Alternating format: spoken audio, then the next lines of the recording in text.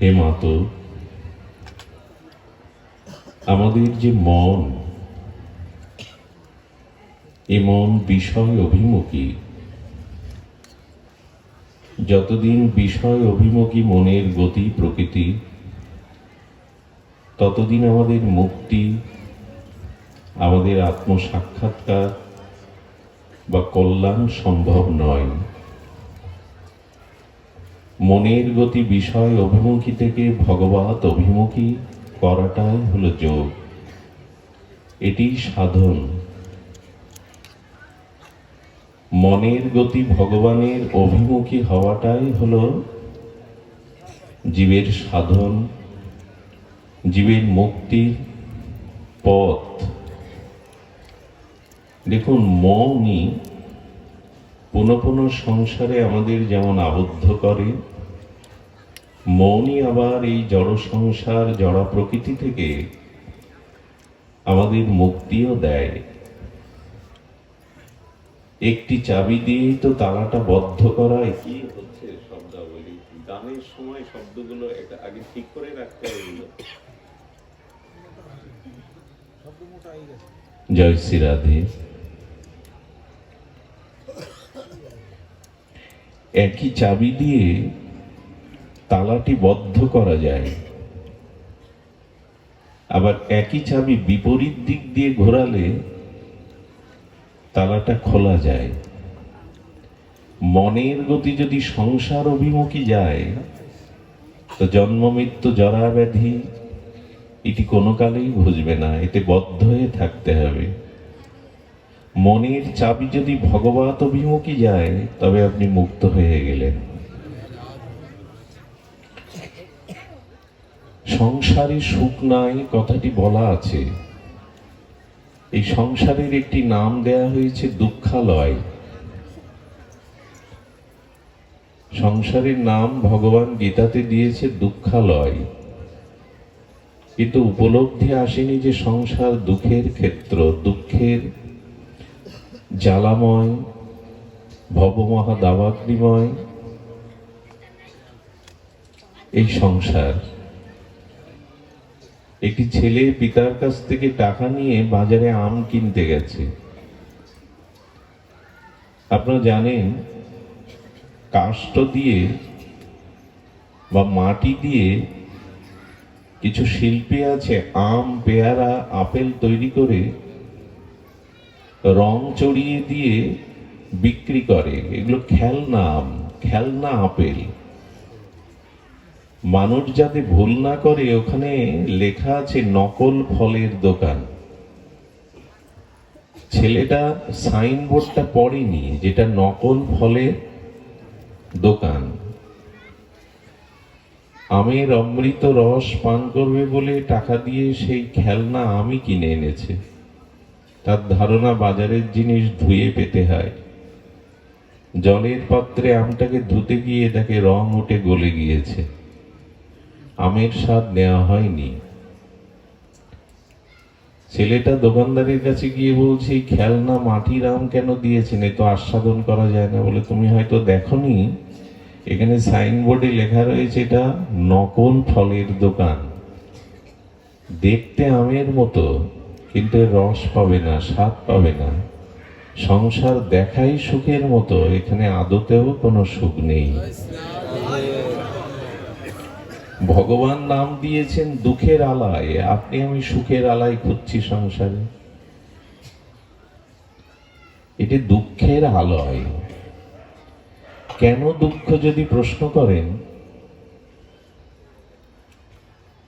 তো সেটির কারণ হলো আমরা মৃত্যুময় সর্পের মুখের মধ্যে গ্রাসে আছি।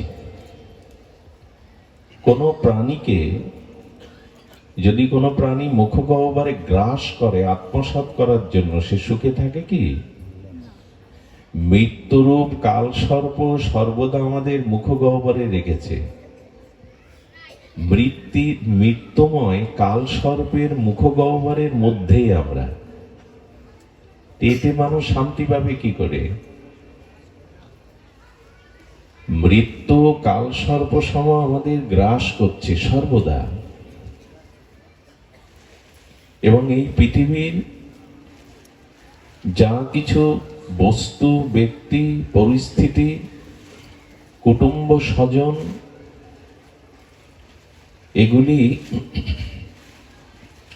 এগুলির সাথে আমার সম্বন্ধ চিরন্তন নয়, এগুলির অস্তিত্ব টিকবেও না। জন্ম নিয়েছিলাম, মৃত্যু, খুব অল্পই সময়ের মাঝখানে এদের সাথে পরিচয়, এদের সাথে সম্বন্ধটা তৈরি করা। শুধু সময়টুকু ছেড়ে যাওয়ার, মৃত্যুটুকু, জন্ম থেকে মৃত্যু মাঝখানে খুব অল্প সময়, এই সময়টুকু আমরা মায়ার দ্বারা সম্বন্ধে জড়িয়ে গিয়েছি। আর তাতে সব থেকে ভুল হয়েছে, ভগবানকে ভুলে এই মায়ার সম্বন্ধ, মায়ার সম্পর্কে আমরা মোহগ্রস্ত হয়ে গেছি। তো এই জন্য ভাগবত বলছেন যে সংসার থেকে সুখের আশা করতে যেও না, এটি অনিত্যম এবং অসুখম, এবং সংসার দুঃখের আলয়। তো এই সংসারে সুখী হওয়ার বা শান্তি প্রাপ্ত হওয়ার একটাই পথ, একই চাবি দিয়ে যেমন তালাটা বদ্ধ করা যায়, খোলা যায়, তোমার জন্ম জন্মান্তরের এই অবিদ্যা, ভোগ বাসনা, দেহাবেশের দিকে যে বদ্ধ আছে, এটা মনের গতিটা ভগবানের দিকে ফিরিয়ে এর থেকে মুক্ত হও, খুলে ফেলো। বললেই কি আর মনের গতি ভগবানের দিকে ছুটবে? এই জন্য ভাগবত বলছেন, মদ গুণশ্রুতি মাত্রেন মহি সর্বগুহাশয়ে মনোর গতি অবিচ্ছিন্ন যথা গঙ্গাব সহ অম্বুধ। নদী যেমন অপ্রতিহত গতিতে সমুদ্রের দিকে ছুটে যায়, তোমার মনের গতিও ভগবানের দিকে ছুটবে।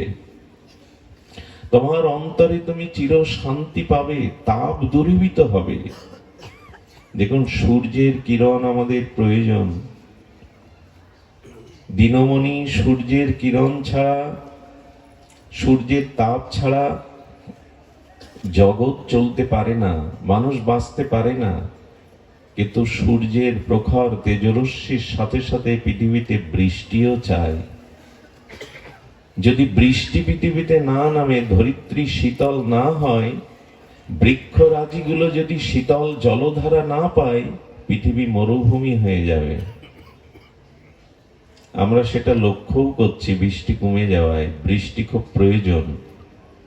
তেমন আপনি বিদ্যা, ধন, জ্ঞান অর্জন করেছেন, জাগতিকভাবে অনেক জ্ঞানী আপনি, ধন, জন, বিদ্যা, পাণ্ডিত্য আছে আপনার, কিন্তু ভক্তিকে বৃষ্টির সাথে তুলনা করেছে। যদি ভক্তির ও বৃষ্টি আপনার জীবনে না আসে, তবে মরুভূমি হয়ে যাবে। শুধু জ্ঞান থেকে, বিদ্যা থেকে শান্তি পাওয়া যাবে না।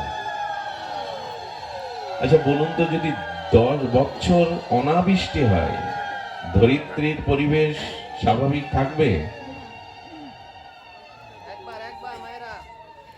ধরিত্রীর পরিবেশ কি স্বাভাবিক থাকবে?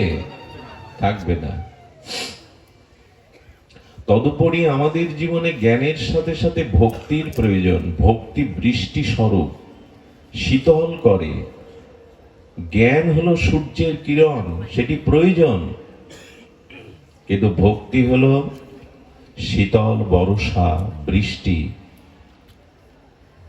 এই জন্য শুধু জ্ঞান নয়, ভাগবতের প্রতিপাদ্য বিষয় হলো ভক্তি। এই ভক্তি বৃষ্টি স্বরূপে ধরিত্রী যেমন শীতল করবে, বৃক্ষরাজিকে যেমন পল্লবিত করবে, প্রস্ফুটিত করবে, তেমনি তোমার জীবনে ভক্তি আসুক। আর এই ভক্তি আসবার উপায়, ভক্তির কেন্দ্রে আমাদের যেতে হবে। সেই ভক্তির কেন্দ্রের মহিমা আমাদের বলা আছে। সেটি হলো আগামীকাল নিত্যানন্দ আবির্ভাব জয়ন্তী। এই নিতাই চাঁদের আজ আমরা একটু চরণপাদ পদ্মে প্রণত হব। নিতাইয়ের অনন্ত মহামহিমা সিন্ধু থেকে বিন্দু আস্বাদন করব, যাতে অনুভব করতে পারবো। মহাজন বলেছেন সংসার সুখের মুখে তুলে দিয়ে ছাই। কথা মানতে পারবো তো আমরা? আমি মাঝে এক বুড়িমাকে বলছি সংসার সুখের মুখে তুলে দিয়ে ছাই। উনি খুব রাগ করলেন, আমার প্রতি খুব কঠোর দৃষ্টি দিয়ে তাকালেন। এই জন্য সংসার সুখের মুখে কেউ ছাই দেয়? সংসার সুখের জন্যই তো সারা জীবনের চেষ্টা, পরিশ্রম। কথাটি তিনি মেনে নিতে পারেননি, কিন্তু কথাটি মহাজনের। সংসার সুখের মুখে তুলে দিয়ে ছাই, কথার মর্মার্থ হলো সংসার মরীচিকার ন্যায় তুমি যতই সুখ খুঁজছ, এখানে সুখ নাই। সুখ নাই কারণ এটা মায়ার দ্বারা সুখের মতো দেখাচ্ছে, কিন্তু সংসারে প্রকৃত সুখ নাই। সুখ কোথায় আছে? নগরে মাগিয়া খাবো গাহিয়া নিতাই। মহাপ্রভুর সংসারে সুখ কম ছিল?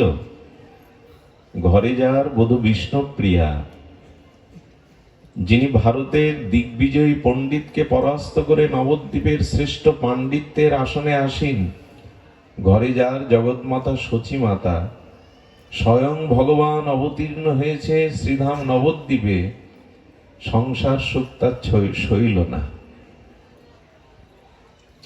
উনি নবদ্বীপের ঘাটে স্নান করতে গিয়ে যখন নিমা একটু চঞ্চল চপল ছিল, অল্প বয়স, কিশোর বয়স, যৌবন উকি দিচ্ছে, সুরধনী গঙ্গায় যখন ঝাঁপ দিয়েছেন, তার অঙ্গের জল এক উপবিদধারী ব্রাহ্মণের গায়ে গিয়ে লেগেছে। উনি উপাসনায় রত ব্রহ্ম গায়ত্রী জপ করছেন, নিমায়ের দিকে কটু দৃষ্টি দিয়ে অভিশাপ দিলেন, তোমার সংসারের সুখে যেন চিরকাল তুমি বঞ্চিত হও, আমি অভিশাপ দিলাম। সংসার সুখ যেন তখন তোমার কখনো কোনোদিনও না আসে। হাত জোর করে বললেন, এটি অভিশাপ নয়, আপনি আমায় পরম আশীর্বাদ দিলেন। আমিও মনে মনে ভাবছিলাম যে সংসার সুখকে পরিত্যাগ করে জগৎ জীবের জন্য কবে পথে পথে কাঁদতে পারবো, হা কৃষ্ণ বলে কবে কাঁদতে পারবো। এটা অভিশাপ নয়। এই জন্য সংসার সুখ আজীবন চেষ্টা করেও আমরা পাই না, কারণ বিষয় আসক্তি আমাদের শান্তি দিতে। দেখুন, মৃত্যু এবং নিদ্রার মধ্যে পার্থক্য কি? মানুষ যখন গভীর নিদ্রায় অভিভূত হয়, তখন তার ভেতরে একটা পরম শান্তি সে অনুভব করে। ঘুম থেকে উঠে বলে, বড় সুখে ঘুমিয়েছিলাম। আচ্ছা, ঘুমের মধ্যে না ছিল স্ত্রী, না পুত্র, না অর্থ, না বিত্ত, না সম্পদ, নিজের দেহের অস্তিত্বটাও মানুষ গভীর ঘুমে সুষুপ্তিতে ভুলে যায়। ও কোন বস্তু পেল যে গভীর ঘুমে মানুষ সব থেকে সুখী হয়? ওই সময় তো স্ত্রী ছিল না, পুত্র ছিল না, অর্থবিত্ত ব্যাংক ব্যালেন্সের স্মরণ ছিল না, কে আমি সে অস্তিত্বও ছিল না। তো ঘুমের মধ্যে কি পেল যে বলে যে আমি খুব গভীর সুখে ঘুমিয়েছিলাম? নিদ্রা এমন একটি সুখ, ছোট বাচ্চাকে মা সর্বদা আদর করে বুকে রাখে, কিন্তু মার যখন ঘুম আসে তখন সন্তানের প্রতি তার আর প্রিয়তা। ওই যখন জ্বালাতন করে তখন ওই সন্তানকে চুম্বন না দিয়ে মা চপটাঘাত করে। সারাদিন পরিশ্রম, ঘুমাতে যাচ্ছি, ঘুমাতে দিবি না। মানুষকে টাকা গুনতে দিন, টাকা গুনতে সবার ভালো লাগে। টাকা গুনতে গুনতে যদি খুব গভীর ঘুম আসে, ওগুলো রেখেই ঘুমিয়ে পড়ে, কালকে হবে। দাদু দিদিমা নাতি নাতনিকে কোলে পেয়ে তো আনন্দ পায়, কিন্তু যখন ঘুম আসে তখন ওদেরও কোল থেকে ঘুম সবাই থেকে ছাড়িয়ে নেয়। কারণ নিদ্রার মধ্যে মানুষ একটা পরিতৃপ্তি পায়, সুখ পায়। তো ওই সময় কিছুই তো নেই, ঘুমের মধ্যে সুখ পায় কেন? বলেন, ওই সময় জগৎকে পরিত্যাগ করে আত্মার সাথে আমাদের একটা সাক্ষাৎকার হয় গভীর ঘুমে। যেন ভগবান ছাড়া, আত্ম সাক্ষাৎকার ছাড়া সুখ হয় না। সব ছেড়ে দিয়ে আত্মার সাথে মানুষ কিছুক্ষণের জন্য একটা লীন হয়ে যায়, সেখানে স্বপ্নও থাকে না, গভীর নিদ্রা। আর তার মধ্যেই মানুষ দেখবেন গভীর নিদ্রা থেকে উঠলে মানুষ সজীব হয়ে ওঠে, সুস্থ বোধ করে, একটা অপার আনন্দ অনুভব করে, সুখ অনুভব করে। কিন্তু ঘুমের মধ্যে তো সুখের যে বস্তু, স্ত্রী পুত্র অর্থবিত্ত কিছুই ছিল না, বরঞ্চ সুখের বস্তু সামনে দেখে ঘুম আসলে ত্যাগ করে ঘুমিয়ে পড়ে। আচ্ছা, মৃত্যুর মধ্যে ঘুমের মধ্যে পার্থক্য কি? মৃত্যু মানে চিরদিনের নিদ্রা, আর জগতে যে ঘুমটা, এটা কিছুক্ষণের জন্য নিদ্রা। তো কিছুক্ষণ নিদ্রায় মানুষ সুখ পায়, তো চিরনিদ্রায় তো বেশি সুখ পাওয়ার কথা, কি না? কিন্তু মৃত্যুটা আমাদের যন্ত্রণার কারণ হয় কেন? মানুষ এত যন্ত্রণা পায় কেন মৃত্যুতে? ঘুম মানে তো চিরনিদ্রা, সেখানে তো সুখ পাওয়ার কথা। দুঃখ পায় কেন জানেন? ঘুমের কারণে দুঃখ হয় না, এই জগতে স্ত্রী পুত্র বিষয় বৈভব ছেড়ে যাওয়ার কারণে দুঃখটা আসে। এদের ছেড়ে যেতে হবে। ঘুমে যেমন সুখ হয়, চিরনিদ্রাতেও সুখ হয়। দুঃখটা আমার এই বাড়ি গাড়ি স্ত্রী পুত্র ধন এসব ছেড়ে চলে যাব। যদি কেউ এগুলো মনের থেকে আগে থেকে ছেড়ে দিতে পারে, গভীর নিদ্রার মতো মৃত্যুটাও তার কাছে সুখের হয়ে ওঠে। যদি ছেড়ে দিতে পারে, মৃত্যুর সময় যন্ত্রণা পাবেন না। একটা ছোট মন্ত্র আপনাদের শিখিয়ে দেই। মন্ত্রটা ওং ক্লিং হ্রিং রিং, এইরকম কঠিন কিছু না, সবাই বলতে পারবে। এই মন্ত্রটা প্রতিদিন একবার করে একটু জপ করবেন। সেটি হলো, কিছুই আমার নয়। ঠিক ঠিক যদি মনের থেকে ভাবতে পারেন, মৃত্যুর সময় যন্ত্রণা পাবেন না। কিছুই আমার নয়। এই জন্য দান করতে হয়। দান মানে এই জগৎ থেকে পেয়েছিলাম, জগৎকে দিয়ে দিলাম। আচ্ছা, চোর যদি 2 লাখ টাকা আমার কাছ থেকে চুরি করে নিয়ে যায়, সন্তানের শ্রীনিয়ে নিয়ে দেয়, মানুষের কষ্ট হবে কিনা? কিন্তু ওই 2 লাখ টাকা যদি এরকম ভাগবত অনুষ্ঠানে কেউ নিজে হাতে দান করে, দুটোই তো সমান, 2 লাখই তো গেল। দানে কষ্ট হয় কি? সন্ত্রাসী নিলে কি হয়? একই তো টাকা, একই তো পরিমাপ। আমি বোঝাতে চেয়েছি, সংসার থেকে যা পেয়েছিলাম, যাবার আগে যদি সংসারকে তার সত্য ছেড়ে দেই, আনন্দে চিরনিদ্রায় ঘুমাতে পারবে, মৃত্যু কষ্ট আনবে না। ওই আমারটা ছেড়ে দেওয়ার জন্যই কষ্টটা আসে। দান করলে একই হাতে তখন আনন্দ হয়, একই টাকা ছিনিয়ে নিলে তখন কষ্ট হয়। জগতে আমার কিছু নয়, এভাবে যদি সমর্পণ করে চলে যেতে পারেন, তখন গভীর সুখময় নিদ্রায় শায়িত হবেন। এই জন্য খুব বিষয়ী মানুষ, কামনা ভোগাসক্ত মানুষ মরার সময় দেখবেন বিকট হা হয়ে মারা যায়, চোখ দুটো বিভৎস দেখায়। এর কারণ একটাই, তার পিপাসা এখনো মেটেনি। কিন্তু যারা সাধু সন্ত ত্যাগী, তাদের মৃত্যুর পর দেখবেন যেন মায়ের কোলে নিশ্চিন্তে কোনো শিশু ঘুমিয়ে পড়েছে। তাদের মুখটা দেখলে মনে হয় ধ্যানস্থ মুখ। অনেক আগে থেকে তারা এগুলি ছেড়ে দিয়েছে। আমরা এই যে এখন এই মাটিতে বসে এত কষ্ট করে দাঁড়িয়ে কিছুটা সুখ পাচ্ছেন, এখানে তো সব ছেড়ে দিয়ে আসছেন। তো ছেড়ে দেওয়া মানে ভগবানকে হৃদয়ে যদি স্থান দেওয়া যায়, এই কর্ণে যদি হরি কথা প্রবিষ্ট হয়, ভগবানের লীলা, আর যদি সংসারকে ভাবতে পারি এই সংসার আমার নয়, সবকিছু দুদিনের জন্য পেয়েছি, আবার এই সত্য ছাড়তে হবে, কোনো কিছুই আমার নয়, এই ভাবনাটা আনলেই কেবল মানুষ মুক্তি পায়, শান্তি পায়। এই জন্য বললেন, হে মাতা, ফিরিয়ে দাও মনের গতিটা, ভগবানের দিকে ফিরিয়ে দাও। তো সেই গতি আমরা নিজের চেষ্টায় ফেরাতে পারবো না। এই শান্তির অভয় হলো আমাদের শ্রী নিত্যানন্দ প্রভুর একটু চরিত্র আলোকে, তার দিব্য অদ্ভুত অবধূত চরিত্র আজ আমরা সামান্য একটু শ্রবণ করব। শ্রী নিত্যানন্দ মহামহিমা বড় ব্যাপক, কে বর্ণনা করতে পারে? তো আসুন নিত্যানন্দ মহিমাকে আমরা সামান্য একটু আস্বাদন করি। এর পূর্বে মহাজনের একটি পদ বলি, নিতাই পদ কমল, কোটি চন্দ্র সুশীতল, যে ছায়ায় জগত জুড়ায়। শান্তির একমাত্র পার বলছেন নিতাই পদ। খুব ধ্যান দিতে হবে, যেহেতু কাল নিত্যানন্দ আবির্ভাব, এই প্রসঙ্গই স্মরণে আসছে। নিত্যানন্দ চরণটি হলো কমলের সাথে তুলনা করা হয়েছে, নিতাই পদ কমল। কমল কেন জানেন? নিতাইয়ের চরণ দুখানা কেন রাঙ্গা কমলের সাথে তুলনা, পদ্মের সাথে তুলনা করা হয়েছে? এই কারণে করা হয়েছে, সরোবরে পদ্ম ডুবে যায় না, ভেসে থাকে, বরঞ্চ ওই ভাসমান প্রস্ফুটিত কমল দলে মধুপানের জন্য অলিকুল ব্যাকুল হয়ে রাগ গুঞ্জরিত হয়ে ভ্রমর এসে বসে। ভ্রমরও ডুবে যায় না, ভ্রমর ওই জলের সরোবরের উপরে প্রস্ফুটিত পদ্মের মধুপান করে। তেমন আমার নিতাই চাঁদ বলছেন, শাস্ত্র বলছেন, নিতাইয়ের চরণ দুখানা যারা হৃদ পাদ পদ্মে ধারণ করেছেন, সংসার আর তাকে ডুবাবে না। পদ্ম যেমন সরোবরে ডুবে যায় না, ভেসে থাকে। যদি সংসার সাগরে বারবার জন্ম মৃত্যুতে ডুবতে না চাও, তাহলে ওই একটি চরণের দিকে দৃষ্টি দাও, নিতাই পদ কমল।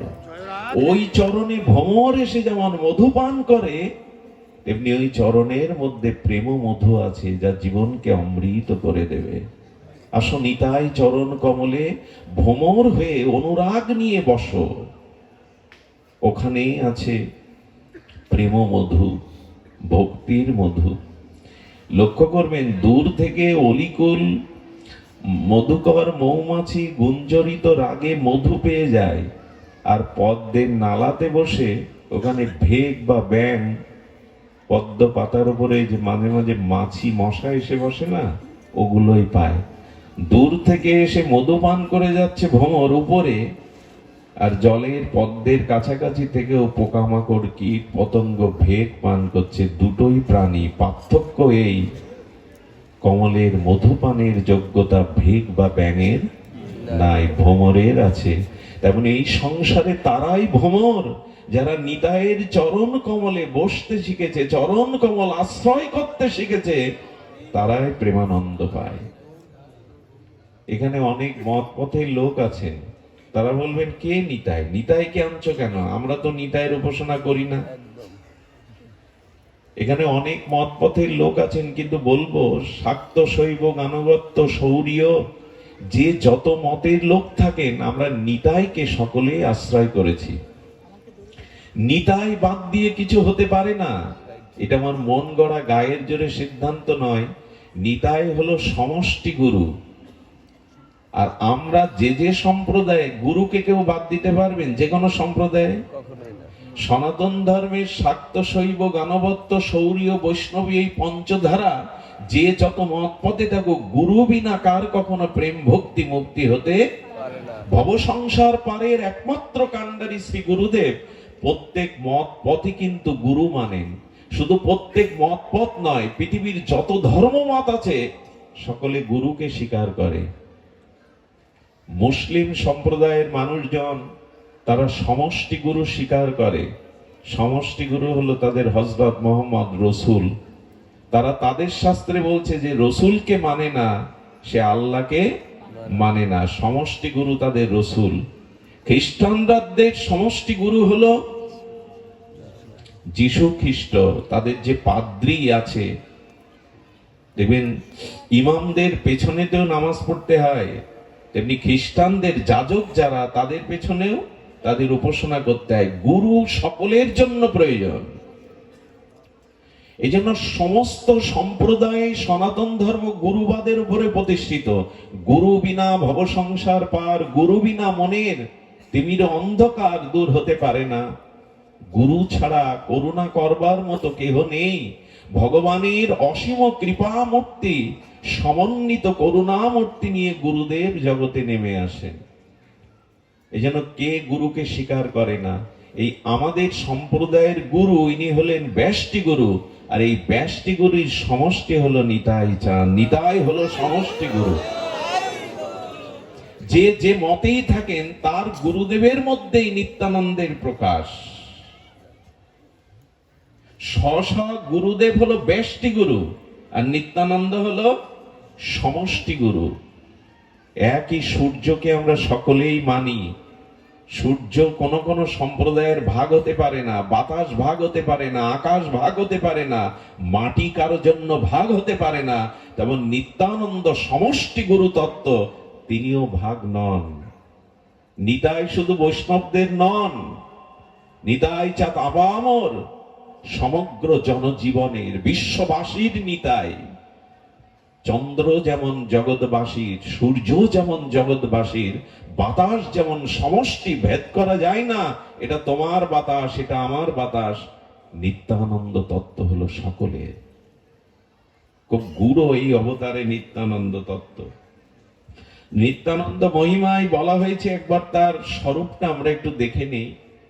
আমাদের যেভাবে এসেছে নিত্যানন্দ, শ্রী নিত্যানন্দ অষ্টকমে নিতাই চাঁদকে একটু আমরা আমাদের রূপ মাধুর্য মিশিয়ে শব্দ রসব্রহ্মের দ্বারা নিতায়ের রূপটা আমরা একটু দেখি। কে নিতাই, কি বলছেন একটু ধ্যান দিন। নিতাই, নিতাই চাঁদের মহামহিমা বড় বিরল, এটি শুনলেই হৃদয় শীতল হবে। নিতাই পদ কমল কোটি চন্দ্র সুশীতল। কেন হৃদয় শীতল হবে?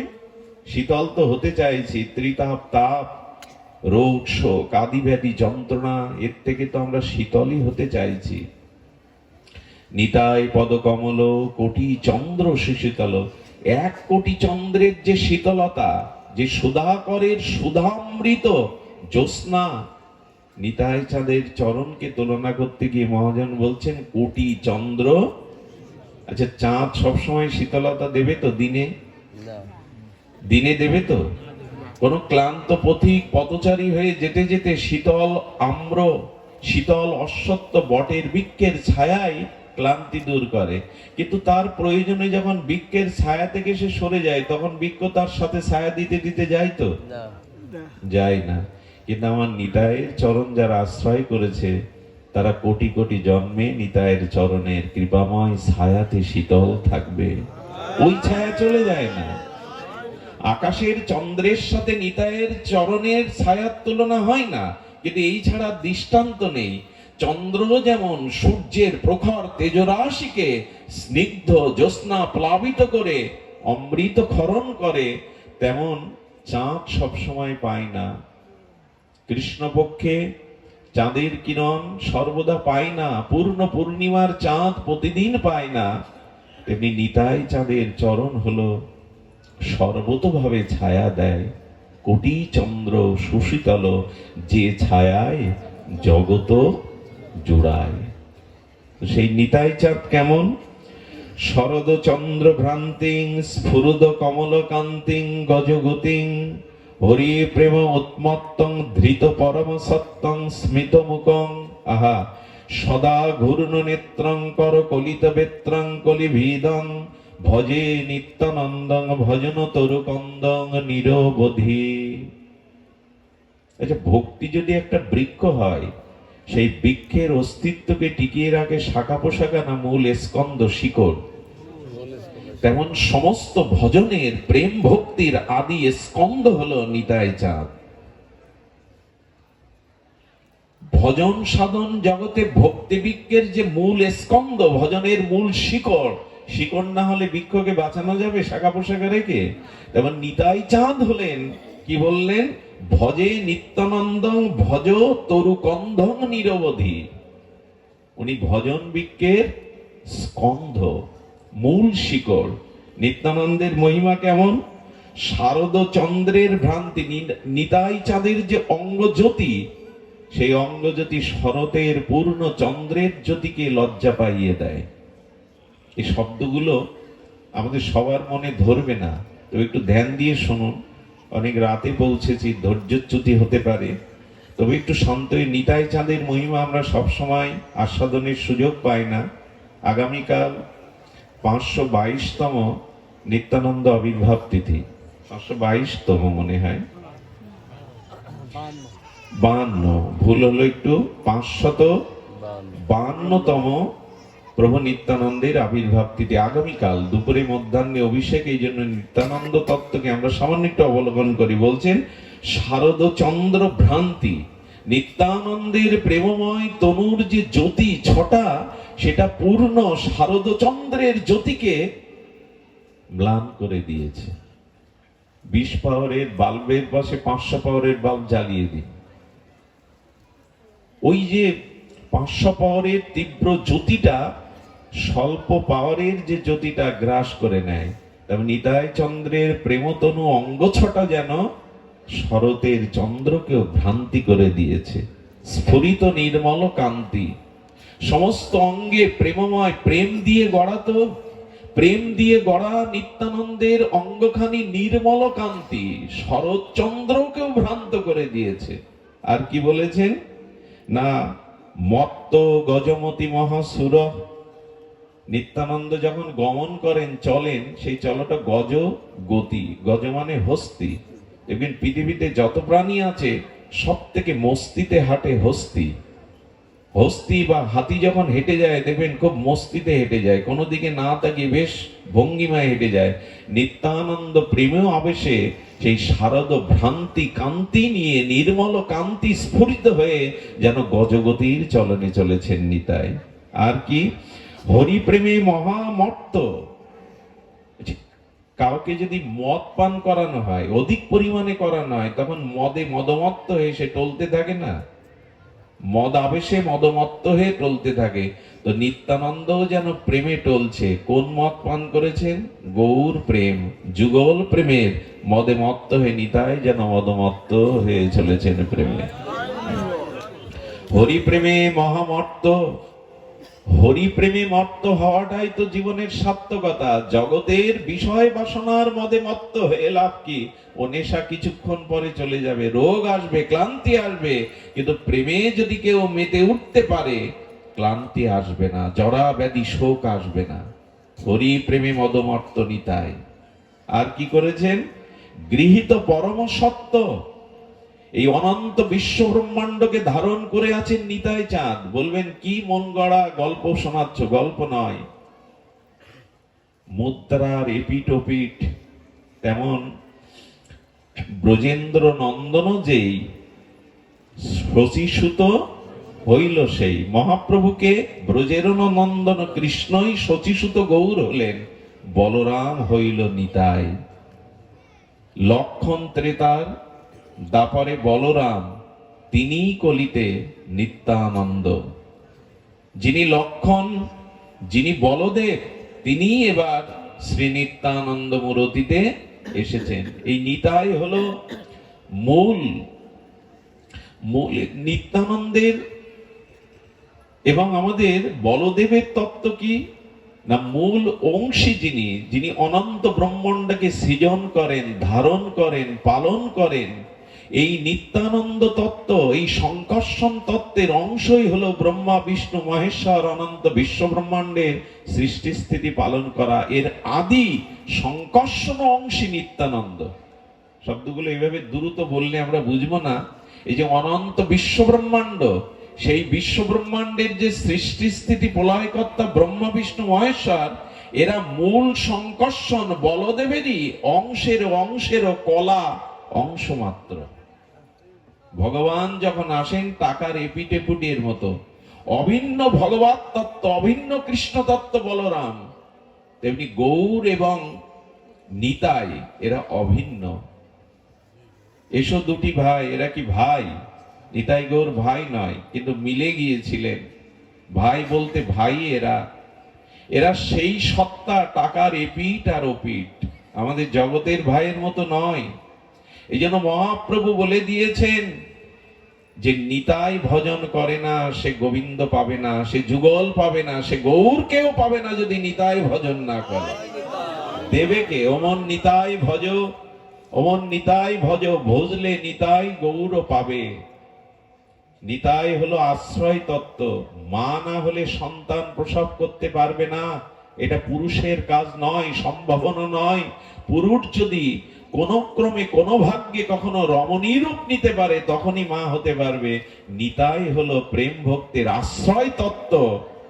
যেমন রাধা রানী হলেন আশ্রয় তত্ত্ব, কৃষ্ণ হলো বিষয়।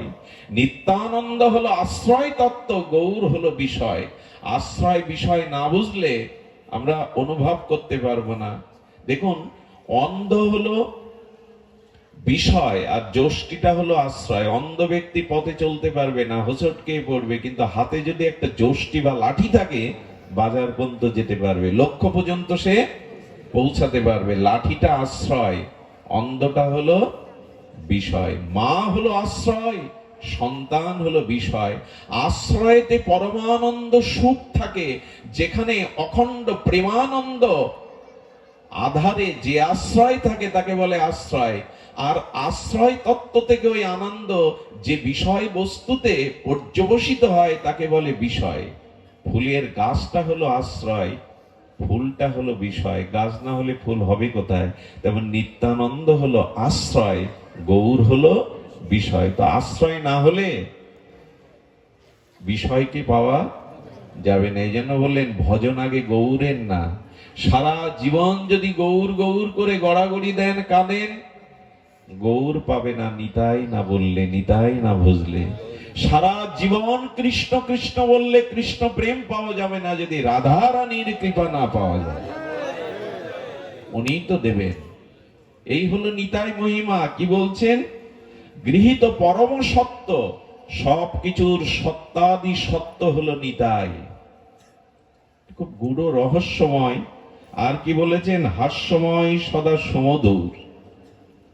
তিনি সর্বদা নিত্যানন্দ। মানে কি? নিত্য আনন্দ যার, নিত্য আনন্দময়। কখনো নিরানন্দ যাকে স্পর্শ করতে পারে না। সূর্যে কখনো আধার আসে? সূর্যতে কখনো সন্ধ্যা নামে? সূর্য অন্ধকার দেখতে পায়? নিত্যানন্দ সর্বদা আনন্দ স্বরূপে। সেখানে নিরানন্দ বলে কিছু নাই। মানুষ চাই কি? নিত্য আনন্দ চাইতো। আমি সুখ পেলাম, আনন্দ পেলাম, আবার দুঃখ প্রবেশ করুক, এটা কেউ চায়? সুখ এসে আমার কাছ থেকে আবার বিদায় নিক, দুঃখ প্রবেশ করুক, এই জন্য মানুষ নিত্য আনন্দ চায়। তো সেই নিত্য আনন্দ কোথায়? বলো নিত্যানন্দেই আছে নিত্য আনন্দ। তো সেই নিত্যানন্দ তত্ত্বকে আমরা আশ্রয় করলাম। কই পদকর্তা এখানে কি বলেছে দেখুন। পদকর্তা নিতাই চাঁদের মহিমা বর্ণনা করতে গিয়ে আর বলেছেন, হেন নিতা বিনে ভাই ব্রজে রাধা কৃষ্ণ পাইতে নাই, দৃঢ় করি ধর নিতাই পায়। এই নিতাই চরণে আর শরণ নেওয়ার দিন।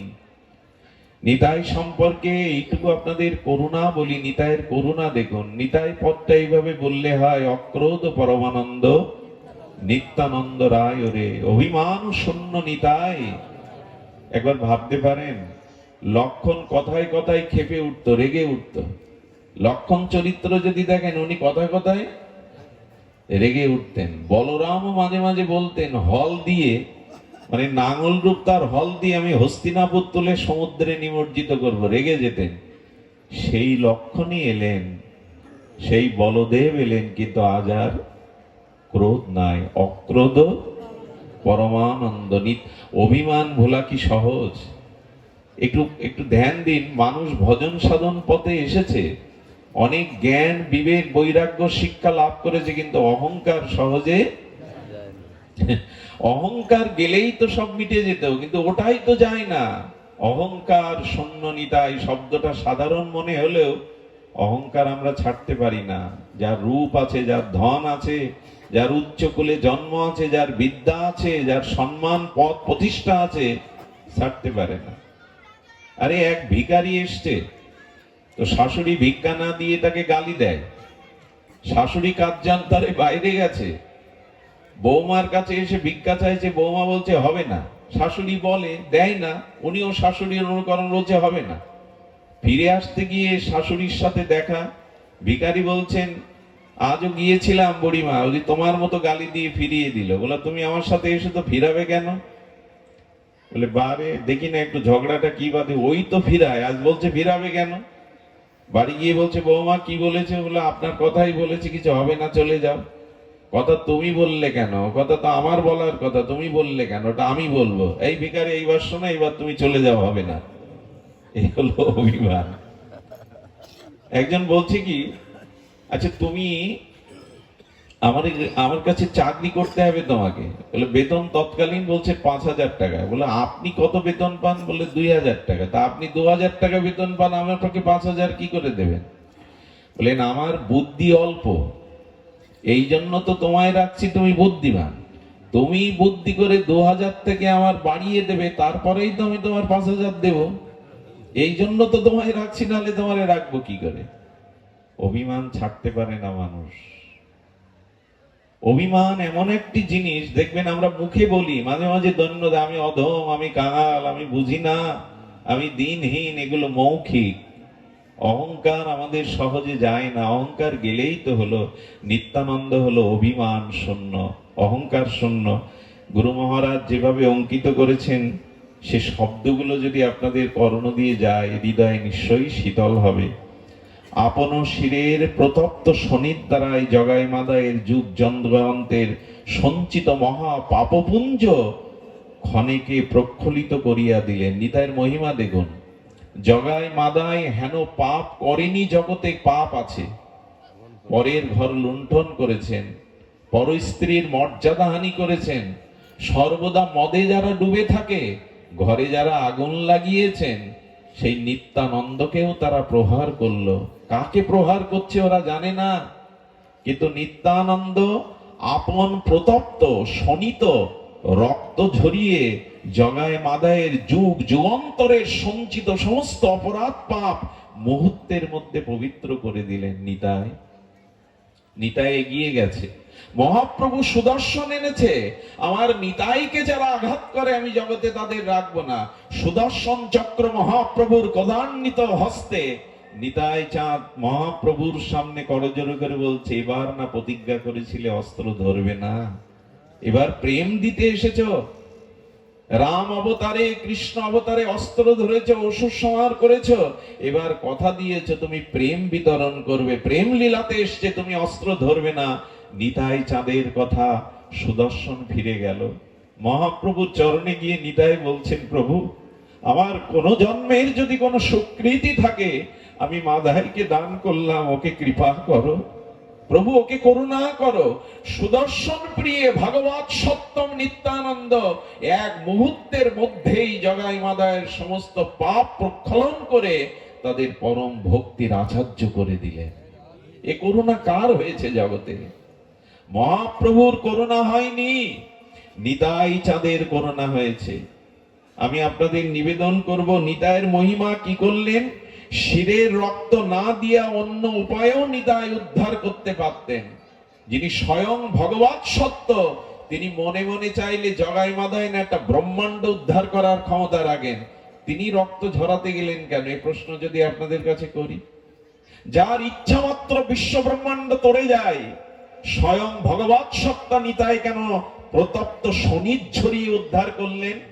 নিতাই চাঁদ বলে গেলেন, ওগো আগামী দিনের মানুষ, তোমরাও যদি পাপের পথে গিয়ে থাকো, অন্যায় অপরাধ করে আসুরিক বৃত্তি তোমাদের মধ্যে জেগে ওঠে, তোমরাও যদি ভক্তি ভজনের পথ থেকে স্খলিত পতিত হও, ভয় নাই। আমি আগামী দিনে তোমাদের জন্য এই অনুকরণ করে গেলাম। আমি বারবার রক্ত ঝরিয়ে তোমাদেরকে প্রেম দেব, তোমাদেরকে আনন্দ দেব, সেই প্রমাণ আমি রেখে গেলাম। দয়াল নিতাই, করুণার নিতাই, করুণা করতে এসেছেন, দয়া করতে এসেছেন, প্রতিশোধ নিতে নয়, অস্ত্র ধরতে নয়। এই জন্য নিতাই চাঁদ আজ করুণায় অবতীর্ণ হয়েছেন। এত করুণা মহাপ্রভুর মধ্যেও নাই। আচ্ছা আমাকে বলতে পারেন, 24 বছর মহাপ্রভু নবদ্বীপে ছিলেন, 1 বছর সেবা সঙ্গনে রাত্রে কীর্তন করেছেন, পরের 24 বছর 6 বছর ভারত ভ্রমণ করেছেন, 18 বছর অখণ্ড লীলা চলেছিলেন মহাপ্রভু। জীবের দ্বারে দ্বারে, আমাদের মতো অনাথের দ্বারে দ্বারে, রিক্ত নিঃস্ব জীবের দ্বারে দ্বারে হরিনামকে বিতরণ করলো মহাপ্রভু না। 24 বছর যিনি নবদ্বীপ লীলায় ছিলেন, পরের 24 বছর যিনি লীলা চলে 6 বছর ভারত পরিভ্রমণ করেছেন, জীবের দ্বারে দ্বারে গিয়ে কে নাম বিতরণ করলো? আদৌ মহাপ্রভু না, নিতাই করুণা করে ঘরে ঘরে গিয়ে নাম বিতরণ করলেন। স্বয়ং ভগবান, স্বয়ং পরম সত্য অক্রোধ পরমানন্দ হয়ে জীবের দ্বারে দ্বারে যাচ্ছে। নিতাই গৃহস্থের দ্বারে গিয়ে চাচ্ছেন, ভিক্ষান দেহি, চাল কলা পয়সা ফল নিতাই চাঁদের আঁচলে দিতে যাচ্ছে। বলে, মা এবার তো চাল কালা পয়সা মুদ্রা নিতে আসেনি, তবে অবধূত কি ভিক্ষা নিতে এসেছো? দেবে মা, দাও, একবার গৌর বলো, একবার কৃষ্ণ বলো, এই ভিক্ষা আমায় দাও। জীবের দ্বারে দ্বারে এমনি করে বিতরণ করেছেন হরিনাম। আপনারা জানেন আপামর সকলকেই নিতাই কৃপা করেছেন, এই জন্য অবদান নিতাই চাঁদের। মহাপ্রভু কি বলে গেলেন জানেন? একটু লিখে নিন না হৃদয়ে।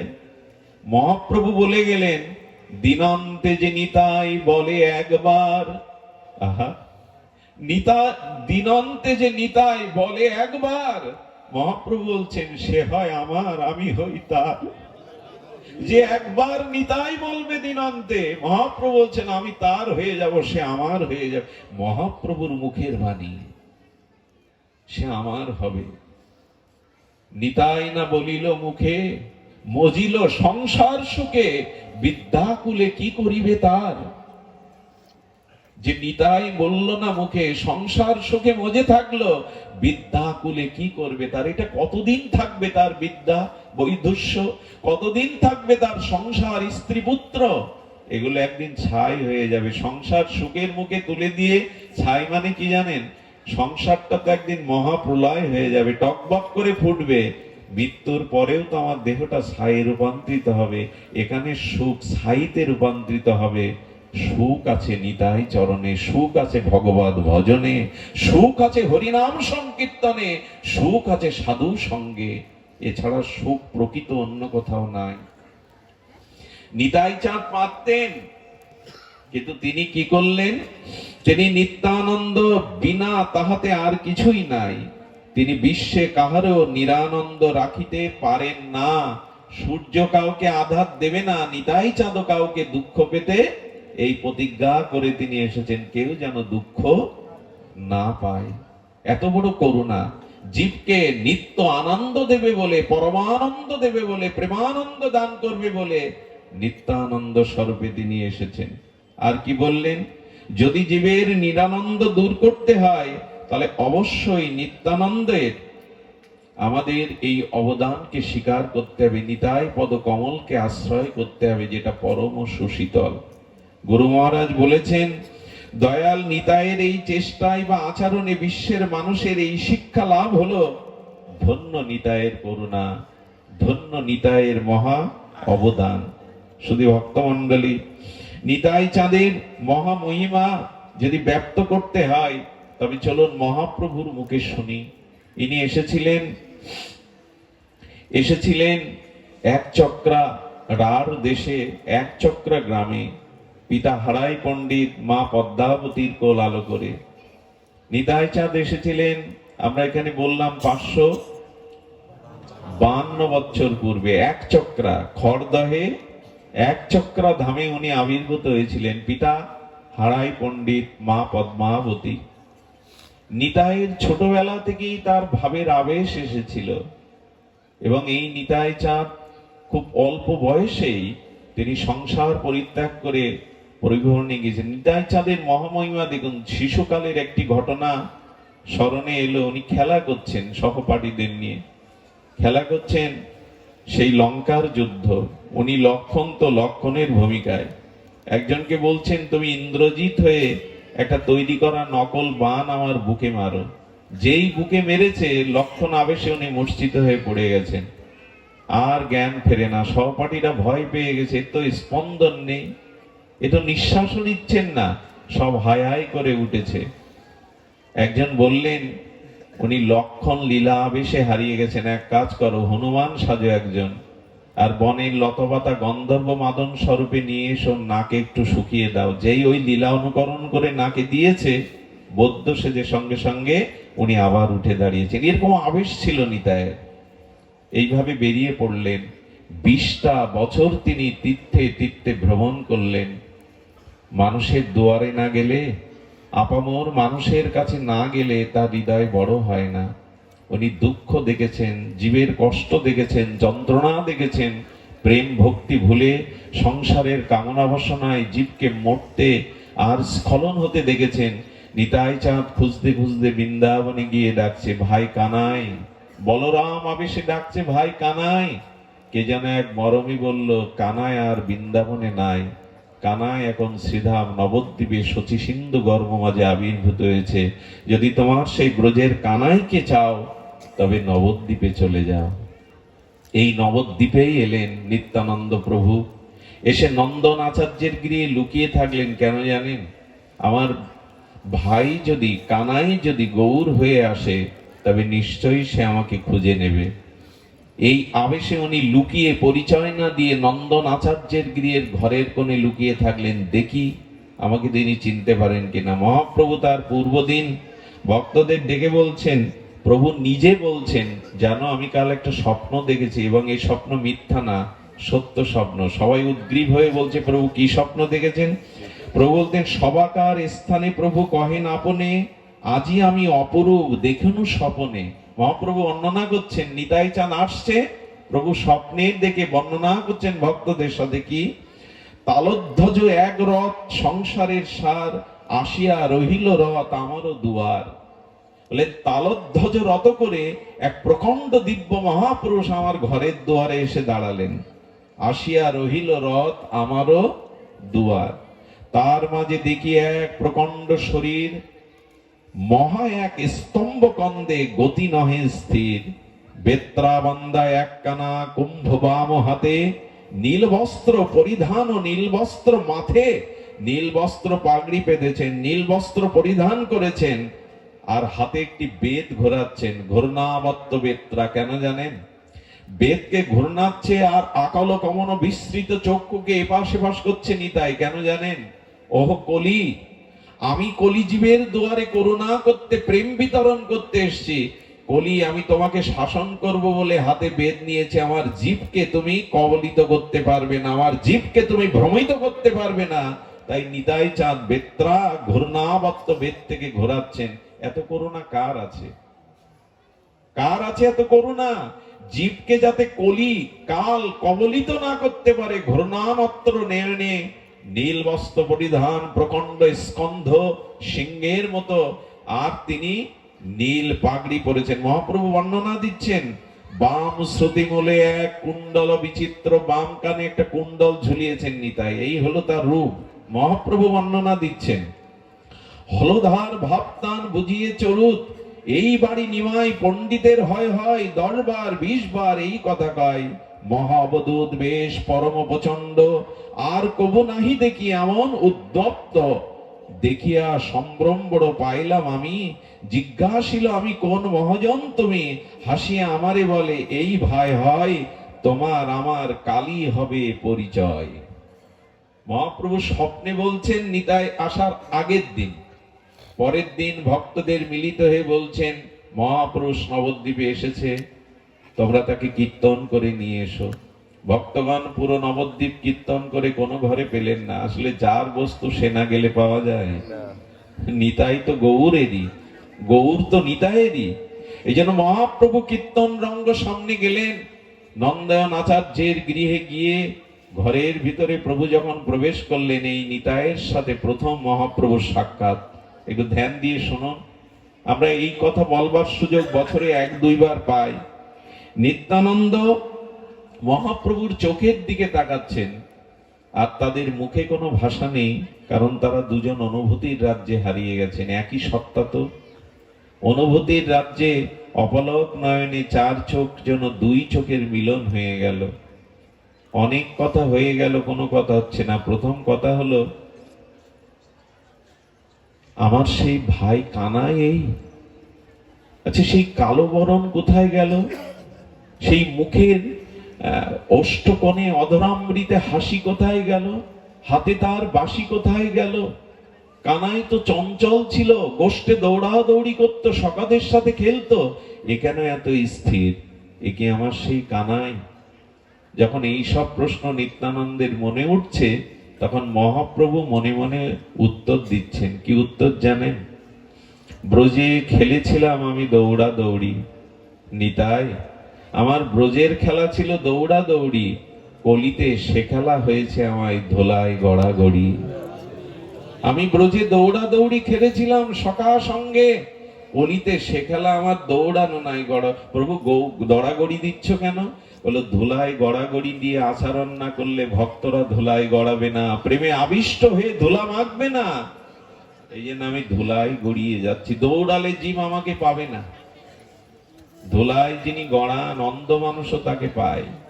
আচ্ছা, তোমার বাঁশি আর হাসি কোথায় গেল? নিতাই বলছে, তোমার বাঁশি আর হাসি কোথায় গেল? ধ্যান দিয়ে শুনুন।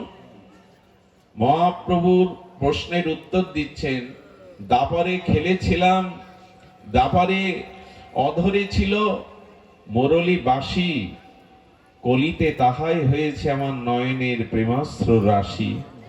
আমি বাঁশি আর হাসিকে এবার চোখের জলের রাশি করে এনেছি। নিজে না কাঁদলে তো অন্যকে কাঁদানো যাবে না, তাই এবার বাঁশি ধরিনি, ঠোঁটের কোণে হাসি নাই, আমি অশ্রু রাশি এনেছি জীবকে কাঁদাবো বলে, জীবকে কৃষ্ণ বলাবো বলে। নিতাই চাঁদের এই প্রশ্নের উত্তর দিচ্ছেন। মহাপ্রভুর সাথে নিতাই চাঁদের মিলন হলো, এই শুরু হলো নবদ্বীপের এই দুই ভাইয়ের প্রেম বিতরণ লীলা, করুণার বিতরণ লীলা। নিতাই গৌর এই নামটি শুধু নাম নয়, এই কলিহত জীবের আজকের যে সারা বিশ্বে হরিনাম প্রচার হচ্ছে, যে মত পথই থাকে দেখবেন কীর্তনকেও বাদ দিতে পারবে না এই যুগে। সে খোল করতাল আর যা বাজাক, কাসর ঘন্টা যা বাজাক, কীর্তনই ধর্ম এই কলিযুগে। কিন্তু কীর্তন কে আনলো? মহাপ্রভু যখন নবদ্বীপে কীর্তন শুরু করেছেন, ব্রাহ্মণ সমাজ পণ্ডিত সমাজ মেনে নেয়নি যে আমরা কি বেদ পড়িনি, আমরা কি উপনিষদ বেদান্ত পড়িনি, নেচে গিয়ে কখনো ধর্ম হয় না, নেচে গিয়ে কখনো ভগবত ভজন হয় না, এটা বেদে নাই। এক ঘরে করে দিয়েছিল অদ্বৈত প্রভুকে, নিত্যানন্দ প্রভুকে। মহাপ্রভুকেও কম জ্বালাতন সহ্য করতে হয়নি। নিমাই সনাতন ধর্ম সারে খারে দেবে, নেচে গিয়ে ধর্ম হয়, উচ্চস্বরে নাম করে ধর্ম হয়। আজকের যারা মহাপ্রভুকে নিতাই চাঁদকে স্বীকার করে না, তাদের এইটুকু বলতে চাই, পৃথিবীতে এই সংকীর্তন ধর্ম মহাপ্রভু যদি না আনতেন, খোল করতাল 10-5 মিলে এই সংকীর্তন ধর্ম মহাপ্রভু নিতাইয়ের অবদান, এটা অস্বীকার করার উপায় নাই। আজকে যে আমরা মঠ মন্দিরে যে কোনো সম্প্রদায় কীর্তন দেখি, এই কীর্তনটা নিতাই চাঁদের মহাপ্রভুর অবদান। গোলকের প্রেমধন হরিনাম সংকীর্তন তিনি যদি না আনতেন, এই নাম আমরা পেতাম না। এই জন্য মহাপ্রভু নিতাই চাঁদের করুণাকে অস্বীকার করা যাবে না।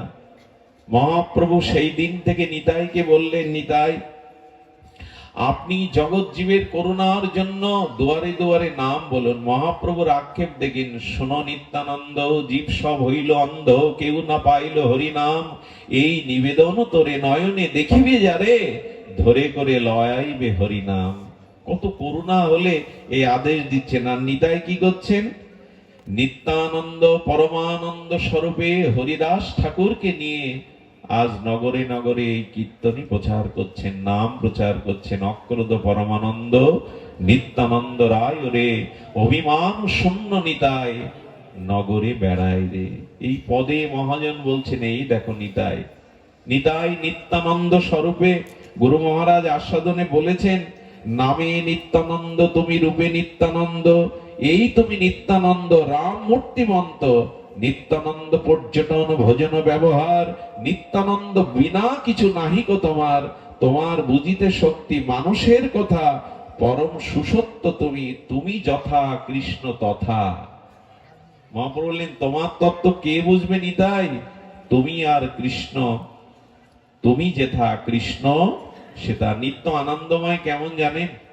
নিত্যানন্দ একদিন শচীর আঙিনায় এসে কীর্তন করছে, ভজ শ্রীকৃষ্ণ কহ কৃষ্ণ লহ কৃষ্ণের নাম। কীর্তন প্রেমানন্দ নিত্যানন্দের বসন খুলে পড়ল। শচীমা আছে ঘরে, বিষ্ণুপ্রিয়া আছে। মহাপ্রভু দূর থেকে কেঁদে ফেলেছেন, নিতাই হরিনামে এত আবেশ, বসন খুলে গেছে, নিত্য আনন্দময় প্রেমানন্দে নিতাইয়ের খাল নাই। মহাপ্রভু গায়ের উন্নি বস্ত্রটি নিয়ে নিতাইয়ের অঙ্গটা ঢেকে দিলেন। মহাপ্রভু কাঁদছেন, এত প্রেম নামে, নামে দেহাবেশ ভুলে গেছে। যার নামানন্দে শিব বসন না জানে, মাঝে মাঝে ভগবান শঙ্কর রাম নাম করতে করতে তার বসনও খুলে ফেলত। মদ মাতাল মদ খেতে খেতে যেমন অঙ্গের ভূষণ কখন খুলে পড়ে বসন সে জানে না, তেমনি নিত্য প্রেমানন্দময় নিত্যানন্দের বসন খুলে গেছে। মহাপ্রভু এই প্রেম দেখে কি করেছে জানেন? নিতাই চাঁদের চরণকে বললেন, শ্রীপাদ আপনার চরণ দিন তো। খিলখিল করে হাসছেন আর নিতাই চরণ বাড়িয়ে দিলেন। মহাপ্রভু চরণ প্রক্ষালন করলেন, সেই প্রক্ষালিত চরণ জল বললেন, হে ভক্তগণ, তোমরা কৃষ্ণ প্রেম চাও, রাধা প্রেম চাও, যুগল প্রেম চাও, ব্রজ প্রেম চাও, তো নিত্যানন্দের পাদদাগ পান করো। যেই না ভক্তগণ নিত্যানন্দের পাদদাগ পান করলেন, সকলের মধ্যে প্রেম ভক্তির উচ্ছ্বাস তরঙ্গে ভাসতে লাগলো। এই হলো নিতাই চাঁদের পাদদাগ। মহাপ্রভু নিজে চরণ স্খলন করে প্রক্ষালন করে দিয়ে দিলেন। একদিন মহাপ্রভু বলছেন, নিতাই, হে শ্রীপাদ, আপনি করে ডাকতেন, হে শ্রীপাদ, আপনি আপনার ব্যবহৃত একটা প্রসাদী বস্ত্র আমাকে দিতে পারেন? আহা, ব্যবহার করা প্রসাদী বস্ত্র যা নিত্যানন্দ ত্যাগ করেছে, মহাপ্রভু চাইছেন, শ্রীপাদ আপনার একটি প্রসাদী বস্ত্র আমাকে দেবেন? কোনো কথা বলেন না, নিত্য আনন্দময় অদ্ভুত অবধূত নিত্যানন্দ চরিত্র, হাসতে হাসতে খিলখিল করে দিয়ে দিলেন। মহাপ্রভু কি করলেন জানেন? আমি আপনাদের যদিও কষ্ট দিচ্ছি গভীর রাতে, তবু এই কথা হৃদয়ের কথা, এ কথা প্রাণের কথা, এ কথা বলবার এখনই শুভ অবসর। নিতাইয়ের করুণা দৃষ্টি যদি পড়ে, আমাদের আর কিছু অপ্রাপ্য থাকবে না। নিতাই চাঁদের প্রসাদী বসনটা মহাপ্রভু এরকম ছিঁড়ছেন, রাঙা কাপড়টা ছিঁড়ে ছিঁড়ে এরকম ছোট ছোট সুতো তৈরি করে বলছেন, ভক্তগণ, নিতাইয়ের বস্ত্রের মধ্যে ব্রজপ্রেম আছে, নেবে কৃষ্ণ প্রেম আছে। এই কাপড় যে অঙ্গে হাতে মাথায় বাঁধবে, মুহূর্তেই তার কৃষ্ণ প্রেম হবে। কি ভাবা যায় কারো কাপড়ের মধ্যে প্রেম থাকে? নিতাইয়ের এত অদ্ভুত চরিত্র, ওই কাপড়ের সুতা করে যেই কপালে বাঁধলো, দক্ষিণ হস্তে বাঁধলো, সঙ্গে সঙ্গে প্রেমে আবেশ এসে গেল। মহাপ্রভু বললেন, শ্রীপাদ আপনার বস্ত্রের মধ্যেও প্রেম। এর ব্যাখ্যা কি গো? এর ব্যাখ্যা হলো, কেউ যদি বিদ্যুৎ স্পষ্ট করে কাউকে, আপনার বিদ্যুৎ ধরা লাগবে না, যাকে বিদ্যুৎ স্পষ্ট করতে হয়ে আছে সেই ব্যক্তিকে আপনি ধরুন, বিদ্যুৎ ধরার মতো কাজ হবে। তো নিতাইয়ের এত প্রেম যে তার বস্ত্রের মধ্যেও অঙ্গে ছোঁয়ালে, তাহলে নিতাই বলে যারা কাঁদে, নিতাই চরণ যারা হৃদয়ে রেখেছে, তাদের কেন প্রেম হবে না? তাদের কেন প্রেম হবে না? নিতাই চাঁদের মহামহিমা শুনুন। শ্রীবাস অঙ্গনে কীর্তনে নিতাই চাঁদ যোগ দিয়েছেন, এসে দেখে বাইরের কলসিগুলো ঘড়াগুলো জলে ভরা। শ্রীবাস, তুমি কীর্তন করো, মালিনী দেবী গৃহ অভ্যন্তরে থাকে, এই জলগুলো কে বয়ে আনে বৈষ্ণবদের চরণ সেবার জন্য, বৈষ্ণবদের পাদস্খলনের জন্য এই জলগুলো কে বয়ে আনে? আমার বাড়িতে একটা দাসী আছে প্রভু, সেই দাসী সে তো নিচ কুলো, মনে করে আমার যোগ্যতা নেই, তাই সাধুদের জন্য আপনাদের জন্য দূর থেকে জল বয়ে বয়ে ঘড়ায় নিয়ে আসে। নিত্যানন্দের প্রেম হলো, বলল তার নাম কি, আনো তো আমার কাছে। যেই সামনে এসে অবনত, নিতাই চাঁদের সামনে যাওয়ার তো তার সাহস নেই, বাড়ির দাসী, ভক্তের বাড়ির দাসীরও মহিমা দেখুন। দাসীর দিকে তাকিয়ে নিত্যানন্দ প্রভু বলছেন, কি নাম তোমার? বলেন, প্রভু আমার নাম দুঃখী, দুঃখই আমার জীবন গড়া। নিত্যানন্দ বলছেন, তুমি দুঃখী নও, সাধুগুরু বৈষ্ণবের সেবা যে করে, মহাপ্রভুর সেবা যে করে, সে দুঃখী হতে হবে কেন? যারা মায়ার সেবা করে, যারা সংসারের মোহমায়ার সেবা করে, এরাই দুঃখী। মাথায় হাত দিয়ে বললেন, আজ থেকে আমি তোমার নাম করলাম সুখী, তুমি আজ থেকে চিরদিন কৃষ্ণ প্রেম পেয়ে সুখী হও। আচ্ছা, ওর তো কোনো সাধন ভজন ছিল না, সাধন ভজন কিছুই ছিল না, কিন্তু নিত্যানন্দ মুহূর্তে তাকে প্রেম দান করে সুখী নাম করলেন। নিতাইয়ের করুণা শুনবেন। একদিন মহাপ্রভু চর্বিত তাম্বুল পান সেবা করতে করতে মহাপ্রভু কি করেছেন? শ্রীবাসের ভাতস্পত্রী নারায়ণী বাল বিধবা, ছোটবেলায় বিধবা হয়েছিলেন, ওই প্রসাদ দিয়ে দিলেন নারায়ণীকে। যেই দিয়েছেন, প্রসাদ পেয়ে আনন্দে নিতাই চরণে প্রণাম করেছে। কি বলবো, নিতাই মস্তকে হাত দিয়ে বলছেন, পুত্রবতী ভব। এক বাল বিধবাকে নিতাই আশীর্বাদ করছেন, পুত্রবতী। হেসে তখন বলছেন নারায়ণী, প্রভু অভিশাপ কেন দিচ্ছেন? আমি বিধবা, আমার পুত্র জননী আমি কি করে হব? নিতাই চাঁদ খিলখিল করে এসে বললেন, আমি যখন আশীর্বাদ দিয়েছি তুমি পুত্রবতী হবেই। যখন গর্ব সঞ্চার হলো, এই হিন্দু সমাজ, হিন্দুদের কল্যাণ উন্নতি এরা নিজেদের স্বজাতি বিদ্বেষে চায় না। সে সময় মুসলিম শাসককে বলল, ঘরে কীর্তন করে আর বিধবা ভাদসপুত্রী গর্ভবতী হয়েছে, বিচার করুন। হিন্দুরাই নালিশ করলো। চিন্তা করতে পারেন পরীক্ষা কম দিতে হয়। যখন নারায়ণীকে ডেকে নিয়ে আর শাসক বিচার করছেন, তুমি বিধবা, তোমার গর্ভের সন্তানের পরিচয় কি, পরিচয় দাও, না হলে দণ্ড দিতে হবে তোমাদের। শ্রীবাস ঠাকুর ভয়ে কাঁপছেন, কি উত্তর দেব আমি? ওর তো স্বামী নাই। এই সংবাদটা আগুনের মতো ছড়িয়ে পড়লো নিতাই চাঁদের কানে। উল্কার মতো নিতাই চাঁদ শুতে গিয়ে বজ্রমূর্তিতে দাঁড়ালেন। শাসককে বললেন, আপনি বিচারক, দণ্ডকর্তা, শাসন দিতে পারেন, কিন্তু আগুন নিয়ে খেলবেন না। ওর গর্ভে যে আছে আগুন নিয়ে খেলবেন না। বলে, কে তুমি? আগুন নিয়ে খেলবো? ওর গর্ভে আছে, বিধবার গর্ভে সন্তানের উত্তর দিন। বলেন, উত্তর শুনবেন তবে নিন।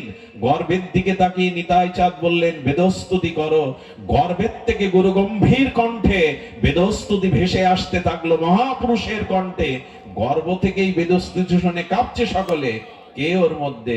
বলে, ওর মধ্যে দিব্য মহাপুরুষ কলির ব্যাস অবতার আসছেন। আগুন নিয়ে খেলতে যাবেন না। গর্ভের থেকে বেদস্তুতি শুনে শাসক নিচে দাঁড়িয়ে নিত্যানন্দের কাছে ক্ষমা চাইলেন। পালকি করে সসম্মানে নারায়ণীকে শ্রীবাসের ওখানে পাঠিয়ে বললেন, আর কেউ জবাব দিতে আসবে না, নেবেও না। নিত্যানন্দ বললেন, আগুন নিয়ে খেলবে না। এই নারায়ণীর গর্ভে জন্মেছিলেন কলির ব্যাস অবতার বৃন্দাবন দাস ঠাকুর, চৈতন্য ভাগবতের রচয়িতা। এই হলো নিতাই, যার একটি আশীর্বাদে বাল বিধবা নারায়ণীর গর্ভে স্বয়ং ব্যাসদেব আবির্ভূত হন। কত বড় করুণা নিতাইয়ের, কত বড় কৃপা তার।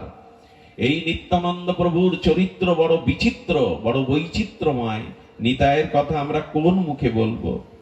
এই জন্য নিরবধি বলিয়ে এই করে হুঙ্কার, মোর প্রভু নিমাই পণ্ডিত নদিয়ার।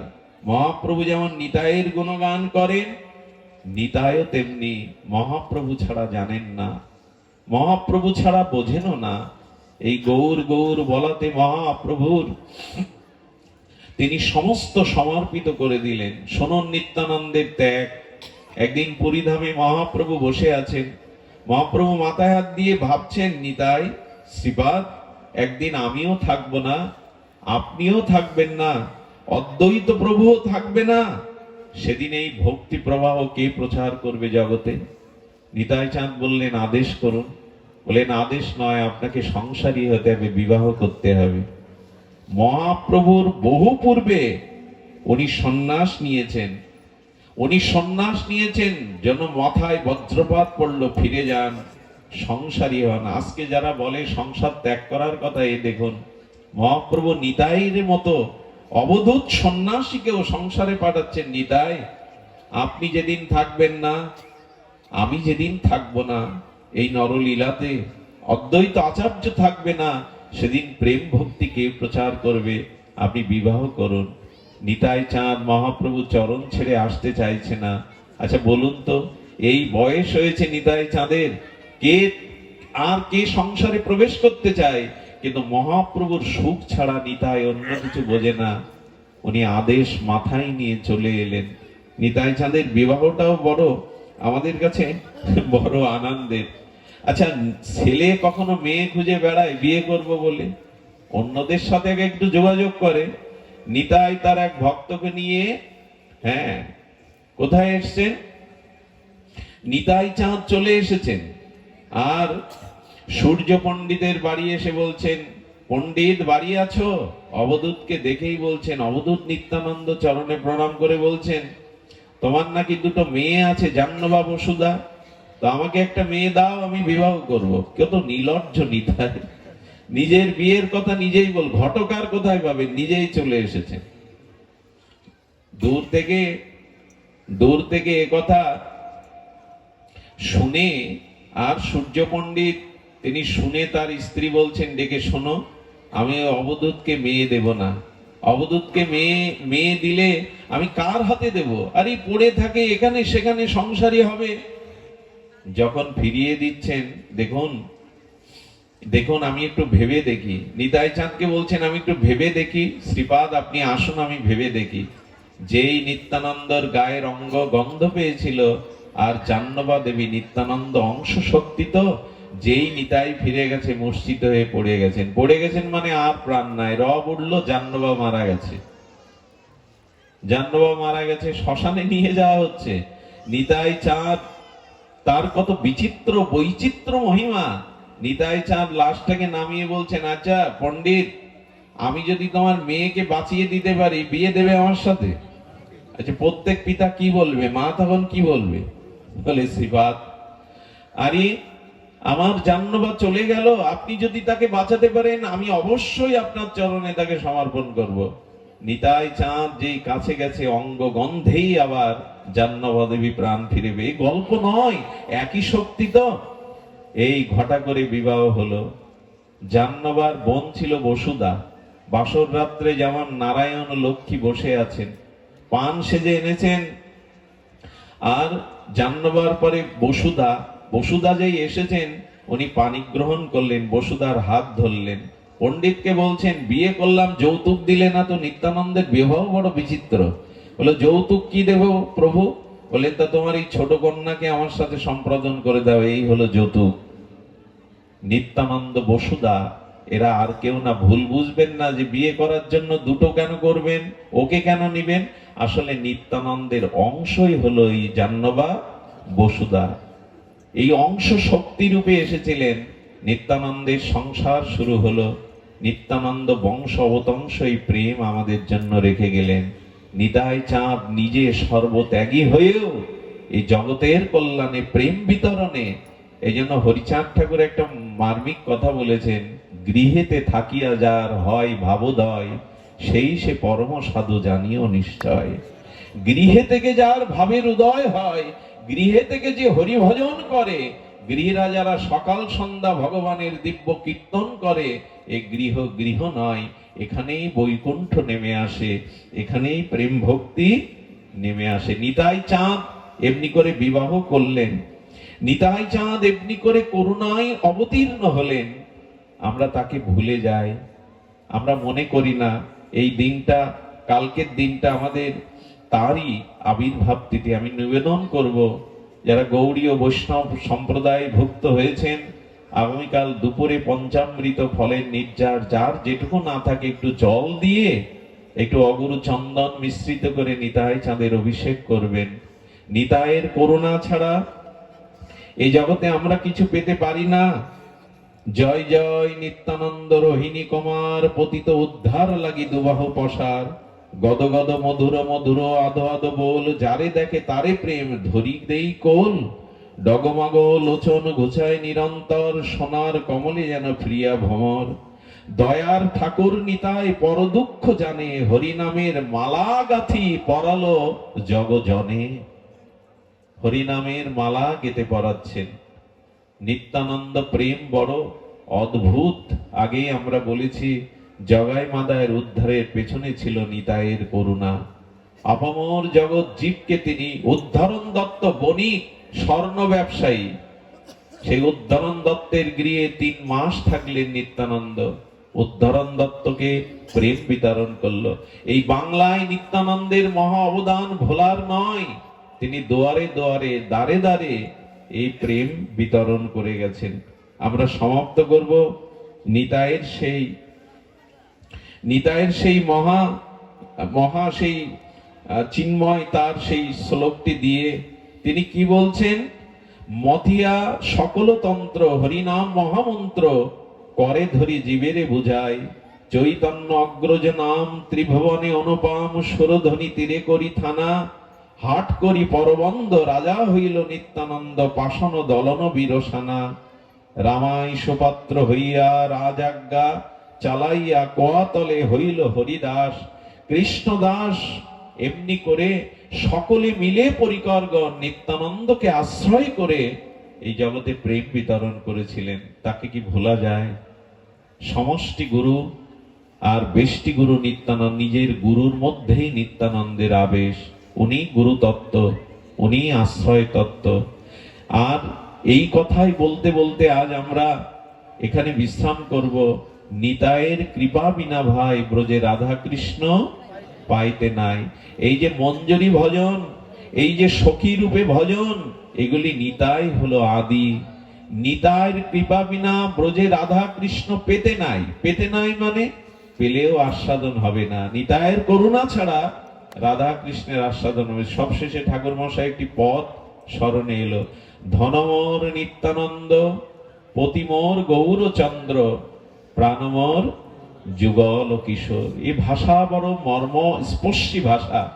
আচ্ছা, পৃথিবীতে ধন না থাকলে কেউ ভোগ করতে পারবে? অর্থ ঐশ্বর্য না থাকলে কোনো কিছু সুখের ভোগ সে করতে পারবে? পারবে না। তো তেমনি এই প্রেম রাজ্যে, এই ভজন রাজ্যে ধন হলো নিত্যানন্দ, অর্থাৎ প্রেম হলো নিত্যানন্দ। ধন ছাড়া যেমন বাড়ি গাড়ি সুখ ভোগ হবে না, এই জগতের যে জাগতিক সুখ, এটা ধন চাই, গাড়ি বাড়ি চাই, তো অর্থ চাই। তো ধনমর নিত্যানন্দ। কোন ধন? প্রেমধন হলো নিতাই। প্রেমধন না পেলে এই জগতে কেউ উপভোগ করতে পারবে না। আচ্ছা, পতিমর গৌরচন্দ্র, কোন সতীর কাছে ধন আছে, তো সেই ধন কাকে সেবা করবে? পতিকেই তো। সতীর একমাত্র সেবা কাকে? পতিকেই। পতিমর গৌর চন্দ্র। তো যদি ধন না থাকে, সতী নারী পতির সেবা করতে পারে না। তেমনি আমাদের পতি হলো গৌর, আর ধন হলো নিত্যানন্দ। সেই নিত্যানন্দ প্রেম ধনে, ভক্তি ধনে পতি গৌর চন্দ্রের সেবা করতে হবে। আর প্রাণমর যুগল কিশোর। এখন ধন আছে, পতিও আছে, কিন্তু পতির দেহে যদি প্রাণ না থাকে, মৃতকে ধন দিয়ে সেবা করা যাবে তো? তেমনি আমাদের প্রাণ হলো যুগল কিশোর রাধা মাধব। কি পদ রচনা করে গেছেন! ধনমোর নিত্যানন্দ, পতিমোর গৌরচন্দ্র, প্রাণমোর যুগল কিশোর। এই তো নিতাই প্রেমধন। গৌর হলো আমাদের পতি, আর আমাদের প্রাণ হলো যুগল কিশোর। তাই নিতাই রূপ ধন না পেলে পতিরূপ গৌর সেবা হবে না। আর নিতাইয়ের কৃপা না হলে ব্রজে রাধা কৃষ্ণ সেবা আমরা কোনোদিনই পাবো না। প্রেমদাতা নিতাই, নামদাতা নিতাই। গোলকের প্রেমধন এই দান করলেন আমার নিতাই চাঁদ। করুণা করে তিনি আপামর সবাইকে এই করুণা করে দিলেন। মহাপ্রভু নিতাই চাঁদকে দিয়ে এই জগৎ কল্যাণে প্রেমদানে পাঠিয়েছিলেন। নিতাইয়ের চোখের জল, নিতাইয়ের ত্যাগ, এটি যেন আমরা ভুলে না যাই। আমাকে আগামীকাল মধ্যাহ্নে 12টায় একটু নিত্যানন্দ প্রভুকে স্মরণ করে অভিষেক করবেন। কালকের দিনটা নিতাই চাঁদের মহামহিমা যেন আমরা ভুলে না যাই। আজ এইটুকুই নিত্যানন্দ মহিমা আমরা যেটুকু আস্বাদন করলাম। আমি অবাক হয়েছি, জলির পাড় এরকম একটা প্রত্যন্ত অঞ্চলে আপনারা এত ভক্তজন এসেছেন, এটা দর্শন করে আমার চিত্ত আনন্দিত, প্রেমান্বিত। আমি ধন্য। একটা ভিক্ষা আজ আমি চাইবো আপনাদের কাছে। আমি পাঠ করে কখনো কারো কাছে দক্ষিণা চাইনি, আজও চাইনি। গত 35 বছরে কোনো দক্ষিণা নিয়ে আমি পাঠও করিনি। যেটুকু উদ্বৃত্ত, যেটুকু মানুষ দান দক্ষিণা দেয়, সেটা আমি কোন কাজে লাগাই, সেটা যদি কখনো যান আমাদের শ্রীমন্দিরে দেখে আসবেন। অর্থ নিয়ে পাঠ করার কথা আমার পিতা ঠাকুর নিষেধ করেছিলেন। কারো কাছে কখনো আমি অর্থের প্রসঙ্গ তুলিনি, কিন্তু আজ আমি চাইবো। আজ আমি আপনাদের কাছে দক্ষিণাই চাইবো। তবে সেই দক্ষিণা হলো, কাল থেকে অন্তত একমালা হরিনাম করুন। এইটুকু দক্ষিণা আমি চাইতেই পারি। আর একটা অনুরোধ করব, একটু ঠাকুর ঘরে যদি কখনো পারেন, লোকের সামনে নয়, যদি ঠাকুর ঘরে গিয়ে একবার হরিনামে দুফোঁটা প্রেমশ্রু রাধা মাধবকে নিতাই গৌরকে দিতে পারেন, যদি দুফোঁটা প্রেমশ্রু আপনারা দিতে পারেন নিতাই গৌর চরণে, রাধা মাধবের চরণে, ইষ্ট চরণে, এইটুকুই দক্ষিণা আমি চাইতেই পারি আপনাদের কাছে। একটু হরিনাম করুন, আর একটু দুফোঁটা প্রেমশ্রু যুগল চরণে, নিতাই চরণে সমর্পিত করুন। এইটুকু দক্ষিণা প্রার্থনা করে যারা এই অনুষ্ঠানের আয়োজন করেছেন তারা ধন্য। আজকের এই পূজা উপলক্ষে এই জাতীয় অনুষ্ঠান, মাঙ্গলিক ভাগবত অনুষ্ঠান ভক্তিযজ্ঞের ধন্য হোক আপনাদের শুভাগমন, ধন্য হোক আজকের এই ভাগবত অনুষ্ঠান। জয় নিতাই গৌর প্রেমানন্দে, হরি বল। জয় রাধে, জয় রাধে।